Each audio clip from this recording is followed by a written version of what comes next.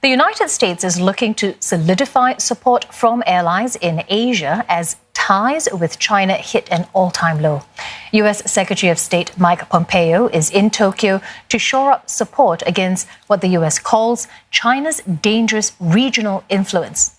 Known as the Quad Group, foreign ministers from the U.S., Japan, India and Australia are getting together for what is their first in-person meeting since the start of the pandemic. When we met last year, the landscape was very different. We couldn't have imagined a pandemic that came from Wuhan. That crisis was made infinitely worse by the Chinese Communist Party's cover-up.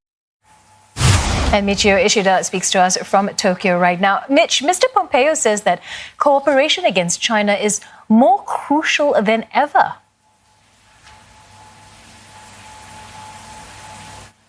Yes, well, Mr. Pompeo has been giving interviews to Japanese media since he's arrived here in Tokyo.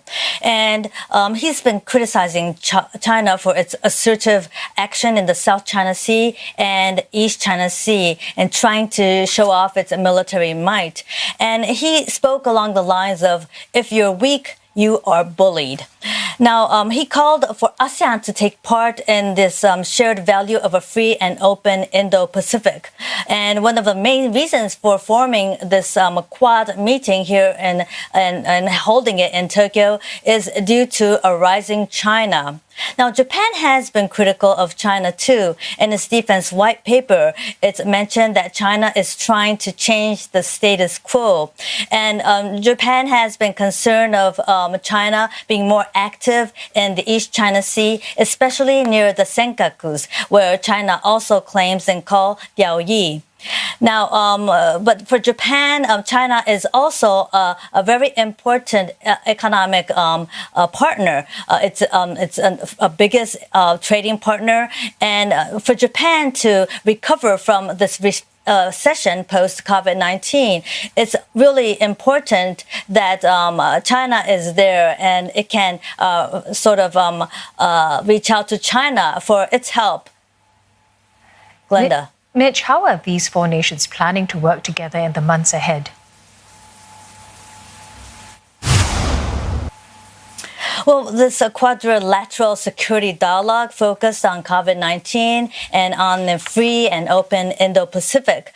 Now, host Foreign Minister Toshimitsu Motegi said that they confirmed their stance on quality infrastructure investment, on maritime security, on cyber security. And they want to work together with other countries and expand the concept in the international community.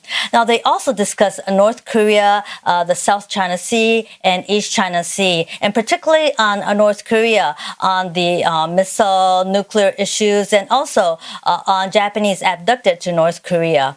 He said face-to-face discussion in Tokyo this time with his counterparts was really worth it because they could delve into the details.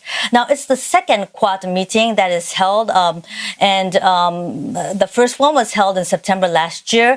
Mr. Motegi says that they have all agreed that this will be a regular meeting and they want to hold the next one next year.